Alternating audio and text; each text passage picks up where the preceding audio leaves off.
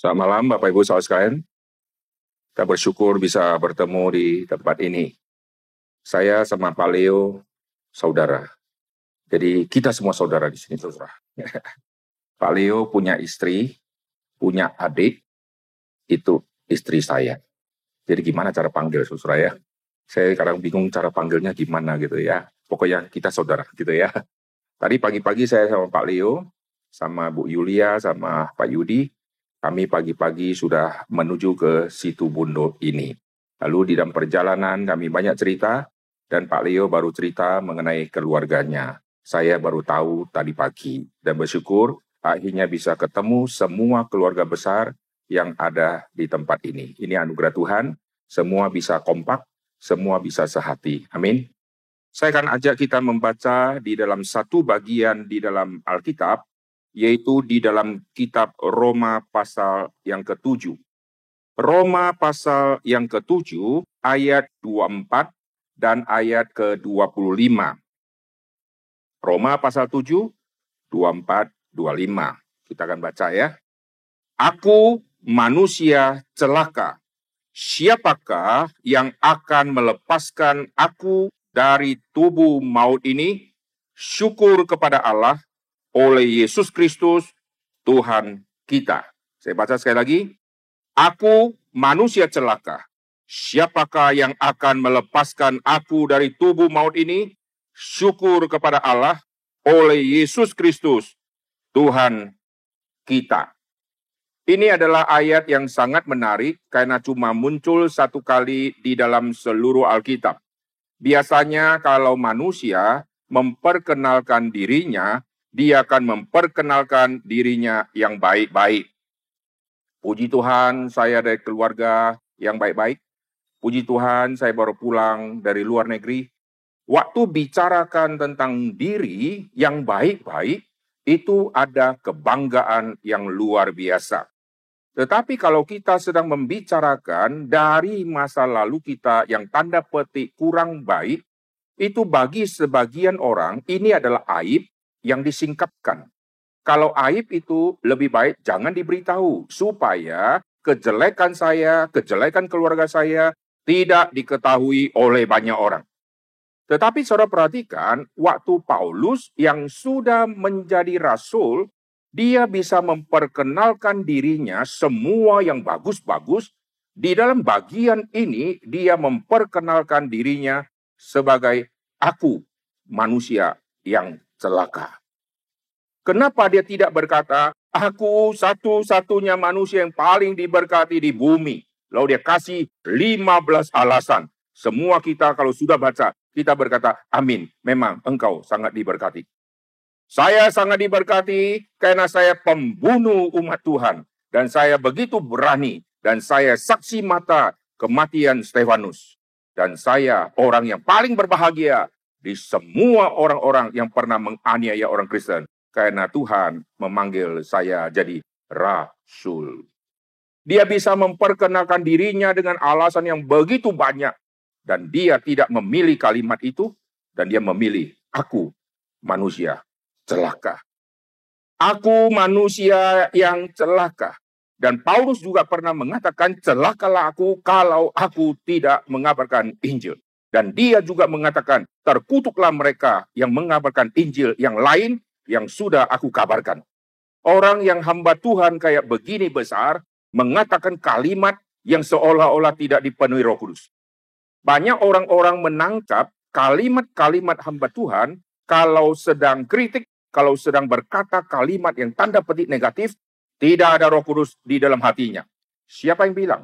Saudara perhatikan di dalam Alkitab, kalimat-kalimat yang kasar justru keluar dari hamba-hamba Tuhan yang sungguh-sungguh dipakai Tuhan. Muncul kalimat, engkau keturunan ular beludak. Kalimat mana yang lebih kejam, saudara? Engkau tikus liar, masih mending. Engkau ular beludak. Wah, kalimat ini sangat keras. Yohanes Pembaptis katakan kalimat yang keras itu. Bapamu iblis. Kalimat ini keluar dari Tuhan Yesus. Celakalah kamu, hai ahli-ahli Taurat. Celakalah, celakalah, celakalah. di dalam Matius pasal ke-23 itu. Saudara perhatikan kalimat-kalimat yang tanda petik negatif justru keluar dari orang-orang yang sangat beriman di dalam Alkitab dan justru keluar dari mulut Tuhan Yesus. Sekarang orang-orang dikacaukan oleh ajaran-ajaran. Kalau hamba Tuhan marah, hamba Tuhan menegur, hamba Tuhan mengatakan kalimat yang bagi orang negatif, ini tidak dipenuhi Roh Kudus. Saudara perhatikan waktu Petrus khotbah di hari Pentakosta. Dia khotbah dengan begitu keras. Yesus yang adalah keturunan daripada Yusuf, Yesus orang Nazaret, telah kamu bunuh. Dia tidak berkata dengan kalimat lembut, Yesus itu kamu pindahkan dari dunia ini ke dunia yang lain. Dengan kalimat halus dan lembut, tidak ada itu. Yesus itu kamu bunuh. Tapi Allah bangkitkan dia. Dan kalimat itu begitu keras. Stefanus waktu membela diri, dia mengatakan kalimat-kalimat yang begitu keras. Sehingga orang-orang yang mau mematikan dia, semua penuh dengan gertakan gigi. Paulus berkata, terkutuklah mereka yang mengabarkan Injil yang palsu. Kalau ada malaikat yang kabarkan Injil palsu, dia juga terkutuk. Bayangkan, dia kutuk yang ada di bumi, dia kutuk yang ada di dunia roh. Siapa yang berani mengutuk yang ada di dunia roh? Ini Paulus lakukan. Terkutuklah, meskipun dia malaikat kabarkan Injil palsu, tidak peduli, dia terkutuk. Wah, kalimat ini luar biasa. Dan ayat yang tadi kita baca di Roma pasal yang ke-7, celakalah aku. Kenapa dia bicara, aku ini manusia yang celaka? Karena dia sadar bahwa manusia yang ada di bumi, yang Tuhan cipta ini, mempunyai keinginan yang baik, keinginan untuk melakukan yang baik, tetapi selalu gagal. Di dalam diriku ada dua yang terus terjadi. Apa yang kuinginkan, aku ingin baik. Aku ingin melayani Tuhan. Aku ingin berbuat baik. Aku ingin semua yang baik-baik. Aku ingin. Tetapi setiap kali kalau sudah lakukan, yang jahat yang kulakukan. Jadi apa yang aku tidak ingin, itu yang jahat. Tapi waktu aku lakukan, justru yang aku tidak ingin lakukan. Itulah yang selalu kulakukan. Kalimat ini bukan hanya pergumulan daripada Paulus, tetapi pergumulan seluruh umat manusia yang tidak bisa lepas dari keinginan yang jahat yang selalu dilakukan oleh manusia. Kita setiap pagi bangun, kita sadar, hari ini saya mau lebih baik dari hari kemarin. Ya saya begitu kan? Saya dulu melakukan kesalahan, sekarang saya tidak mau lakukan kesalahan lagi. Tetapi nanti hari yang kita janji mau lakukan yang baik, sampai malam tetap sama tidak melakukan yang baik. Karena selalu mau melakukan yang baik, yang jahat itu yang selalu muncul. Kita kalau dengar firman Tuhan menegur kita untuk kita akan melayani Tuhan dan komitmen yang baru. Dan kita nangis di hadapan Tuhan, Tuhan mulai hari ini, saya mau sungguh-sungguh belajar Alkitab. Seminggu kemudian, gereja mengumumkan, kita akan studi Alkitab. Hadirilah hari Rabu. Saat itu adalah jawaban dari keinginan kita. Saya mau belajar firman Tuhan lebih giat lagi. Lalu jawabannya muncul. Gereja mengumumkan. Ada pembinaan, ada pelatihan, ada pembelajaran. Saat dia dengar, dia langsung mengabaikan. Dia tidak hafal, dia tidak ingat tanggal itu, dan hari di mana terjadi, dia ada di kota lain, dia sedang sibuk, padahal dia sudah janji mau belajar firman Tuhan. Saya mau belajar melayani Tuhan. Janjinya luar biasa. Begitu tawaran. Ibu bisa melayani di minggu keempat, bulan sekian, sebagai asyir. Aduh, enggak bisa saya. Jangan saya belum layak. Yang lain saja. Padahal sudah komit mau melayani Tuhan, saudara. Kita dengar firman Tuhan tentang harus sabar. Lalu kita sadar saya kurang sabar. Maka waktu dengar firman Tuhan, kita berjanji, Tuhan mulai keluar dari ruangan ini, saya akan sabar. Begitu keluar dari ruang kebaktian, mobil kita disenggol sama jemaat yang lain. Lalu kita buka pintu, setan kau. Wah, padahal baru janji di dalam gereja. lalu ujian muncul, dia langsung gagal. Apa yang kuingini yang baik, justru itu yang tidak kulakukan. Apa yang tidak ingin kulakukan, yaitu yang jahat, justru itulah yang selalu aku lakukan. Aku manusia celaka. Siapa orang yang bisa lolos dari rohani kayak begini? Saya bisa lolos dari semua ini. Saya bisa lolos, berarti saya rohani sangat tinggi. Paulus yang rohani sangat tinggi, dia terus bergumul di dalam hal ini. Maka Paulus pernah mengatakan, aku melatih diriku. Latih diri untuk apa? Untuk sampai nanti dia mencapai level yang luar biasa. Waktu aku kabarkan Injil, jangan Injilnya bagus, karena firman Tuhan bagus, maka Injil diterima, saya yang kabarkan, saya yang ditolak. Dia mau Injil yang kukabarkan bagus, Injil diterima dengan bagus, tapi saya manusia celaka ini, saya manusia jahat ini, jangan sampai ditolak. Karena apa yang kusaksikan adalah Injil yang merubah. Kalau Injil yang merubah aku sampaikan, saya sendiri belum alami perubahan, saya ditolak, Injilnya diterima, aku malu. Dan dia melatih diri, jangan sampai Injil yang mempunyai khasiat yang luar biasa, yang akan merubah manusia, tapi yang aku yang sedang beritakan, tidak merubah aku yang memberitakan, maka aku melatih diriku. Orang yang kayak Paulus, orang yang sudah sangat mahir dan sangat rohani. Dan waktu dia berkata, aku manusia celaka. Ada komentari yang mengkaitkan bagian itu dengan bagaimana orang-orang zaman dulu disiksa dan ditangkap dan dibelenggu. Zaman dulu katanya, di dalam kerajaan Romawi, mereka pernah mengerjain orang-orang tawanan dengan begitu kejam. Yaitu kalau saya seorang tawanan, saya diikat dengan mayat, saudara. Jadi mayat itu berhadapan muka dengan saya, dan saya tidak bisa lepas karena saya diikat bersama-sama dengan dia. Coba bayangkan, saya nafas, hidung sama hidung dia nempel. Ngeri tidak? Saya manusia celaka. Siapakah yang bisa melepaskan aku dari tubuh maut ini? Maka apa yang Paulus katakan, dia katakan berdasarkan background, mengerikan luar biasa. Aku ke kiri, yang mayat itu ikut ke kiri. Aku ke kanan, yang mayat itu ikut ke kanan. Ada belenggu yang mempersatukan setiap kami. Dan saya tidak mungkin bisa lepas dari dia. Kecuali ada yang melepaskan. Lalu yang melepaskan bukan penjaga di dalam penjara. Yang melepaskan bukan yang memegang kunci, membebaskan saya sama mayat. Tapi dia langsung kaitkan, syukur kepada Allah yang membebaskan aku. Syukur kepada Kristus, Tuhan kita, yang membebaskan aku. Jadi dia kaitkan apa yang terjadi di masa penghakiman dan penghukuman, seorang tahanan diikatkan dengan mayat, lalu dengan diri manusia yang sekarang bebas, tetapi sesungguhnya ada mayat yang tidak terlihat, yang selalu ada di depan kita. Aku manusia celaka. Siapakah yang akan melepaskan aku dari tubuh maut ini?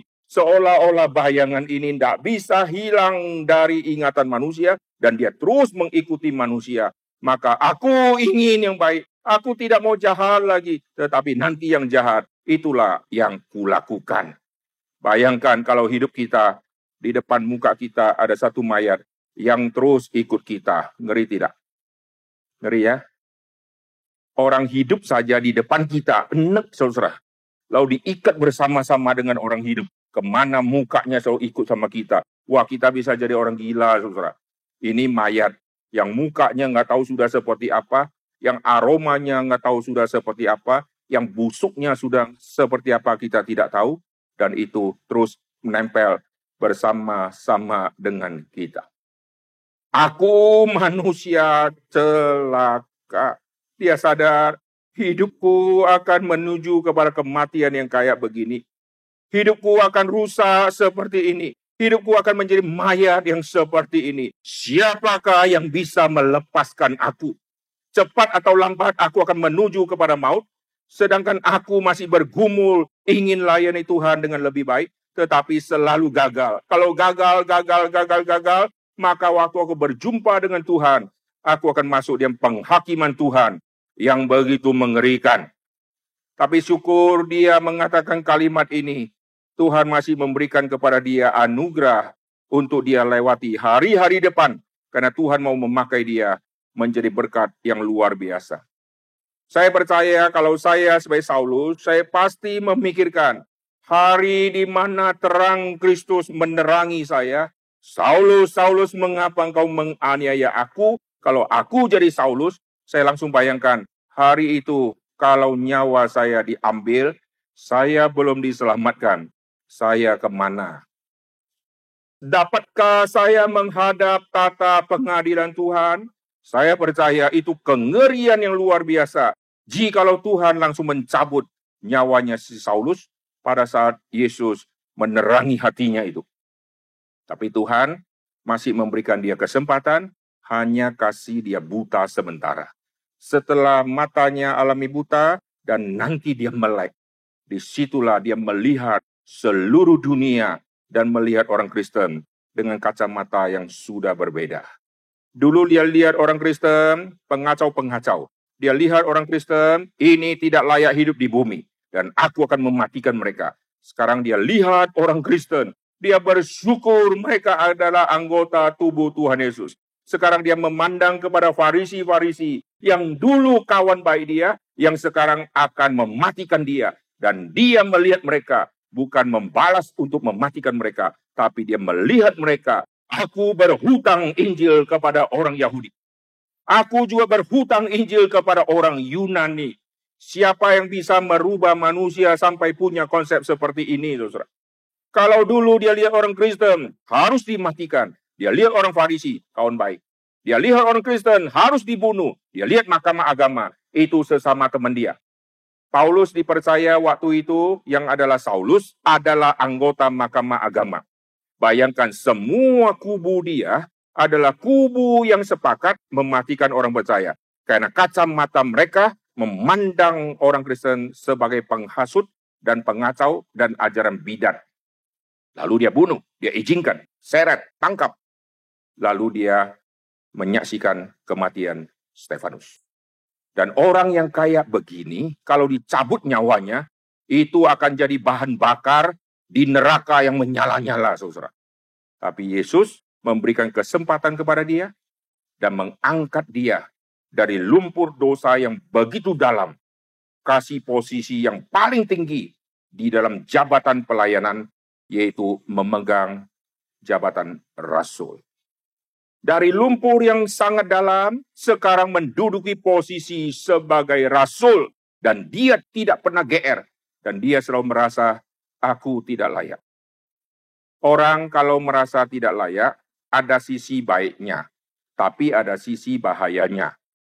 Paulus merasa dirinya tidak layak, ini sangat baik.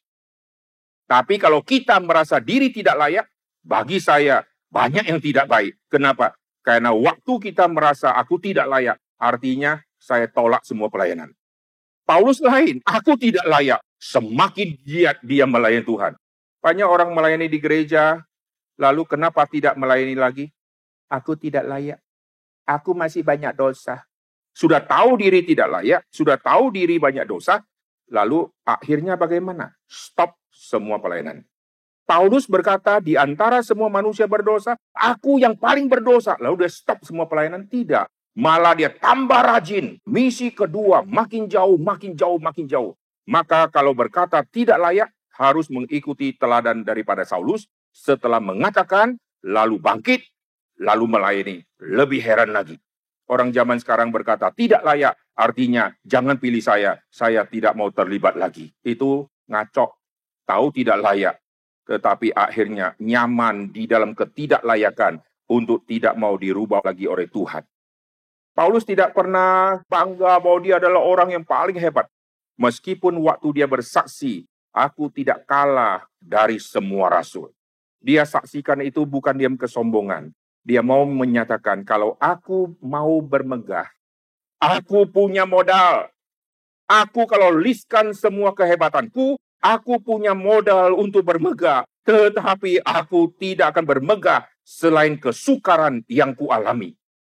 Aku keturunan dari Abraham. Aku disunat pada hari ke-8. Aku kerap kali mengalami bahaya maut. Aku kalau listkan semua kehebatan pengalaman pelayanan, aku melampaui semua rasul. Tetapi aku tidak akan bermegah di dalam semua kelebihan yang pernah ku alami. Aku akan bermegah. Aku bukan bermegah, saya dari Tarsus. Aku bukan bermegah, aku Gamaliel yang jadi dosenku. Aku tidak akan bermegah dari mazhab Farisi yang paling keras. Aku akan bermegah di dalam banyaknya penderitaan yang ku alami di dalam Kristus. Kalau penderitaan yang dialami rasul-rasul lain, semua ringan. Yang Paulus yang paling berat. Karena paling banyak dia menuju provinsi-provinsi, kota-kota. Maka penganiayaan, ancaman lebih banyak dia alami daripada semua rasul. Dan secara penganiayaan, dia boleh dikatakan kurang disertai Tuhan menurut kacamata manusia. Orang yang banyak gangguan pelayanan pasti kurang diberkati Tuhan. Kalau yang sedikit pelayanannya, sedikit diganggu, oh ini pasti diberkati Tuhan. Kalau konsep itu benar, berarti semua rasul yang lain selain Paulus, mereka sangat diberkati Tuhan. Karena mereka alami penganiayaan lebih sedikit daripada Paulus.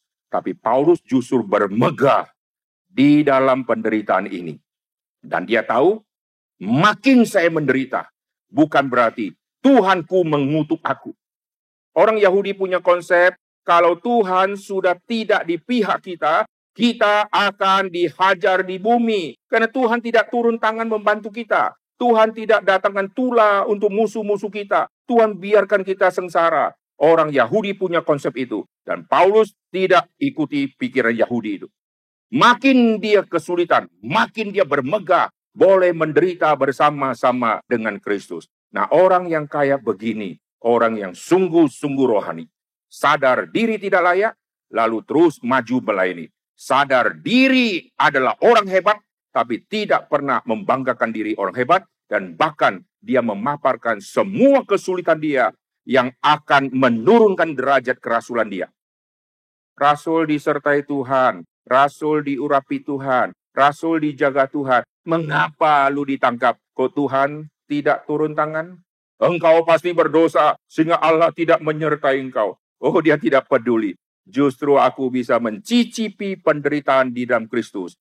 Itulah kemegahan yang harus aku megahkan.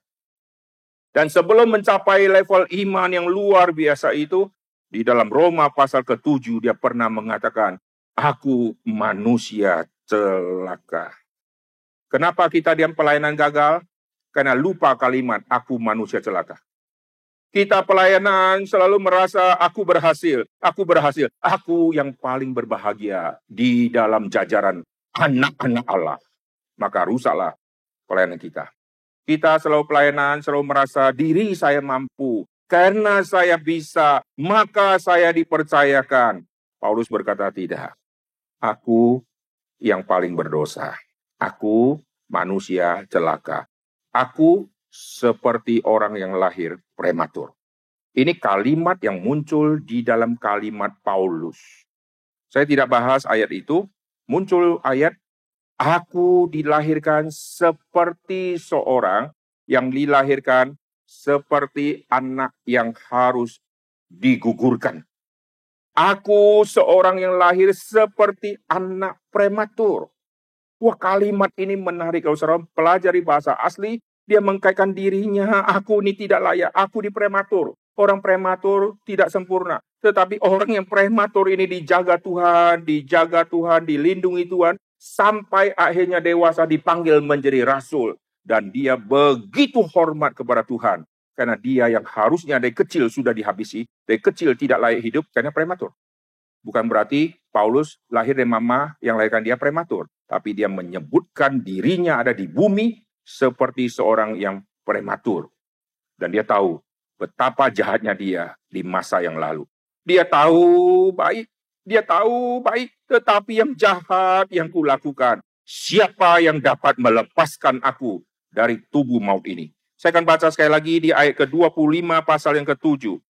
Syukur kepada Allah oleh Yesus Kristus Tuhan kita. Ini adalah ungkapan dan pengikraran iman yang sejati. Bukan atas kemegahanku, bukan atas kepintaranku, tetapi syukur kepada Allah. Allah yang mana? Yesus Kristus. Yesus Kristus yang mana? Tuhan kita. Wah, langsung to the point, saudara. Tidak ada kalimat sembunyi-sembunyi.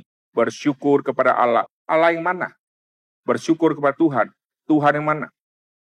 Saudara percayalah kepada Tuhan. Tuhan yang mana? Agama-agama lain juga ada konsep Tuhan. Tuhan yang mana? Bersyukurlah dan percayalah kepada Tuhan, Yesus, Juru Selamat, satu-satunya, Tuhan kita. Langsung clear, tidak ada dobelnya. Amin. Keberanian mengungkapkan siapakah Kristus dan identitas Kristus. Ini sangat perlu untuk kita ikrarkan. Karena Kristuslah yang membebaskan kita. Setelah tubuh maut ini dibebaskan, barulah kita leluasa untuk melayani dan tidak dibayang-bayangi oleh bahaya kematian. Paulus menghadapi kematian bukan lagi dibayang-bayangi oleh ketakutan, tetapi menghadapi kematian dengan sikap kemenangan. Aku telah mencapai garis akhir. Kematian akan tiba, padahal dia belum mati. Oh, kematian begitu mengerikan di depan, tapi dia sambut dengan senyuman. Aku telah mencapai garis akhir. Aku telah memelihara iman. Dan dia berkata kalimat itu di dalam kesengsaraan yang luar biasa. Dia sedang di dalam penahanan yang bukan hanya masukkan dia ke dalam penahanan, dan disiksa susah. Penjara di Roma, itu penjara di bawah tanah. Dan orang-orang yang pergi ke Roma dibawa untuk melihat situs-situs, salah satu adalah penjara Paulus dan penjara Petrus. Itu ada di bawah tanah, itu dibuat lubang dan turunkan tahanan dari atas, lalu masuk ke dalam, seperti masuk ke lubang sumur, lalu di dalamnya ada lubang yang gede, dan mereka dikurung ke dalam situ, dan dinginnya luar biasa. Oleh sebab itu Paulus pernah pesan, ambil jubahku. Karena dingin sekali di dalam itu. Dan dia lihat ke atas, mau manjat, mau kabur, tidak bisa. Siapa yang ulurkan tali untuk tarik saya ke atas? Berarti tinggal tunggu mati saja. Di tengah-tengah kegelapan seperti itu, makan pasti kurang, minum pasti kurang, dan terus-menerus dianiaya, dipindahkan dari satu penjara ke penjara lain. Sampai akhirnya dia harus dipenggal kepalanya. Dan dia tidak pernah menyesal. Dan dia berkata, aku telah mencapai garis akhir. Kenapa? Karena bayang-bayang maut ini sudah dibebaskan, sudah dihilangkan oleh Kristus, dan sekarang dia melayani Tuhan dengan hati yang tertuju kepada Tuhan, yang baik, yang harus aku lakukan, aku sudah selesaikan. Maka dia berkata, aku telah mencapai garis akhir. Berarti dia bergumul, dia menang, saudara. Kita sering bergumul, kita tahu yang baik. Oke, hari ini kita gagal. Kita bergumul lagi, sudah 15 tahun, masih gagal. Sudah mau mati, hari terakhir mau mati. Aduh, aku menyesal, aku belum bisa. Masih gagal, saudara. Paulus lain, dia bergumul. Tapi akhirnya dia lepas, dan dia bisa menyongsong hari kematian dengan tidak dibayang-bayangi oleh maut, dan dia berani dengan mata nanti menyaksikan Allah muka dengan muka. Dan dia berkata, mahkota kebenaran telah tersedia bagiku. Wah, harap kita hidup bisa seperti Paulus.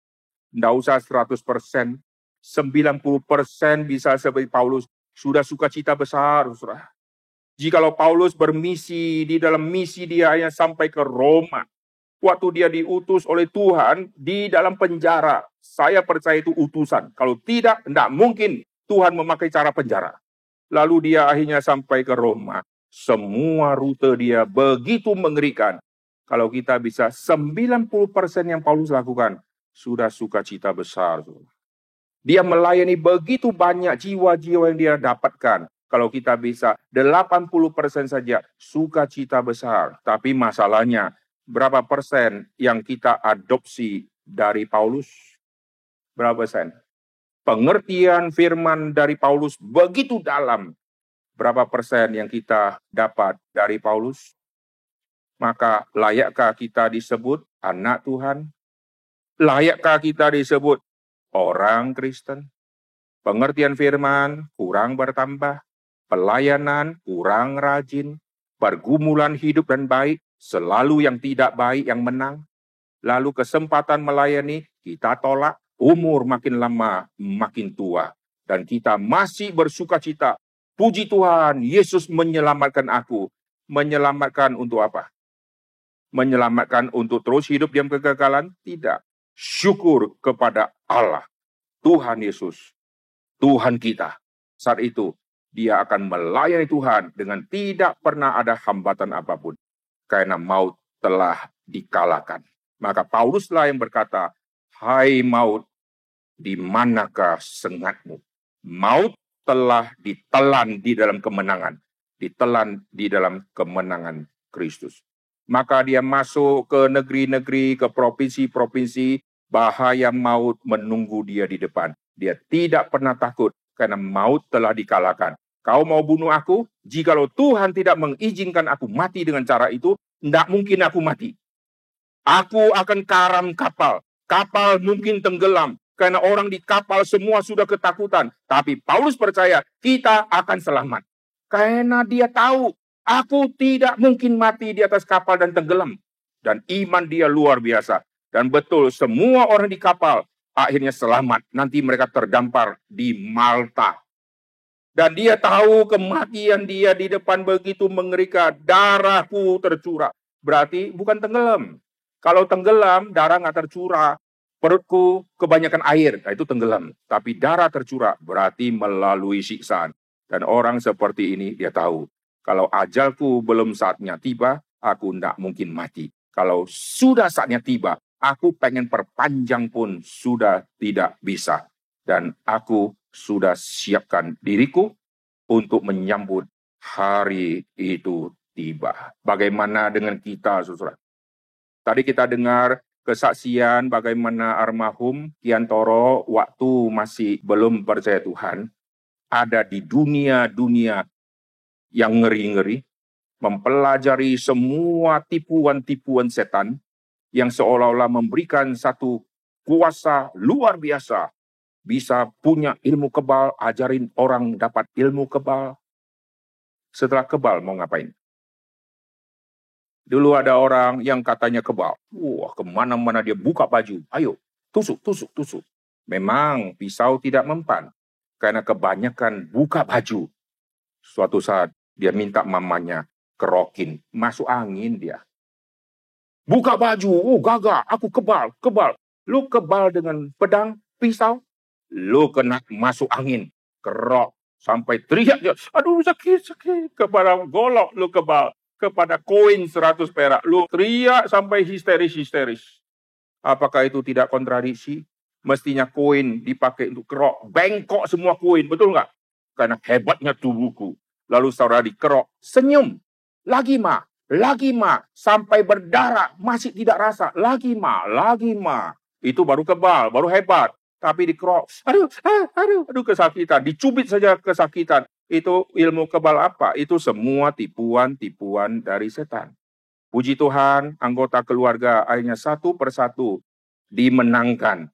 Dan Bapak almarhum Kiantoro juga akhirnya dimenangkan. Dan apa yang kita saksikan hari ini, tubuhnya terbaring di sini, tetapi jiwanya bersama-sama dengan Tuhan. Amin. Jiwanya sedang bersama-sama dengan Tuhan. Tubuh akan rusak. Tubuh tidak berguna lagi di bumi dan akan ditelan oleh bumi, akan dikuburkan. Tapi jiwa tidak mungkin ditelan di dalam kematian. Karena jiwa Tuhan kembalikan kepada Tuhan, yang milik Tuhan kembali kepada Tuhan. Yang milik bumi, tubuh dari debu tanah, kembali ke bumi. Puji Tuhan. Kita sekarang sedang on the way menuju ke tempat almarhum Pak Kiantoro. Kita sedang on the way ke sana, saudara. Siapkan hati, Karena di sana kita berjumpa dengan Tuhan. Di sana kita berjumpa dengan yang akan menghakimi setiap kita. Apakah kita berkata seperti Paulus, aku telah mencapai garis akhir, atau kita berkata, aku belum mulai. Kalau kita berkata, aku belum mulai, aku belum selesai, hari ini kita berjanji, mulai melangkah dan selesaikan di dalam waktu yang Tuhan sudah tetapkan. Amin. Jangan tunda-tunda lagi, karena kita sedang on the way. Mari kita berdoa. Bapa di surga, kami berterima kasih untuk firman Tuhan yang sudah kami dengarkan ini. Kami bersyukur catatan di Alkitab, bagaimana Paulus yang dari yang jahat, Tuhan rubah menjadi seorang yang luar biasa dipakai Tuhan. Dari yang takut menghadapi maut, akhirnya tidak pernah takut alami maut. Dari yang tidak tahu arah hidup, akhirnya mengetahui arah hidup untuk seumur hidup melayani Tuhan Yesus. Hamba-Mu berdoa untuk semua keluarga yang ditinggalkan, Tuhan hiburlah mereka. Jikalau almarhum Bapak Kiantoro sudah berakhir di dalam semua perjuangan yang ada di bumi ini, kami yang ada di bumi, kami masih di dalam pertandingan iman, dan kami akan menuju garis akhir. Oleh sebab itu, beri kepada kami kekuatan untuk kami melangkah, memelihara iman, dan berbuah di hadapan Tuhan, dan mengejar semua ketinggalan, supaya kami berani menghadap wajah Tuhan. Jikalau hari Tuhan itu tiba, Tuhan memanggil kami kembali, kami tidak takut lagi.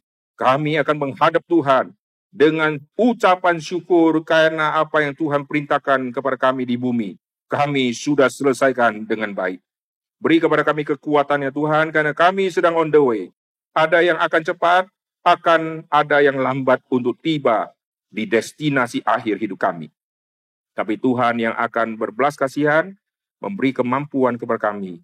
Jikalau waktu hidup kami sisa sebentar, biarlah dalam waktu hidup yang singkat ini, kami bisa terus berbuah, terus mengejar, sehingga kami bisa memperbaharui apa yang kurang yang sebelumnya kami sudah lalai itu. Dengar doa kami ya Tuhan, hiburlah semua yang berduka. Dalam nama Tuhan Yesus, kami berdoa. Amin.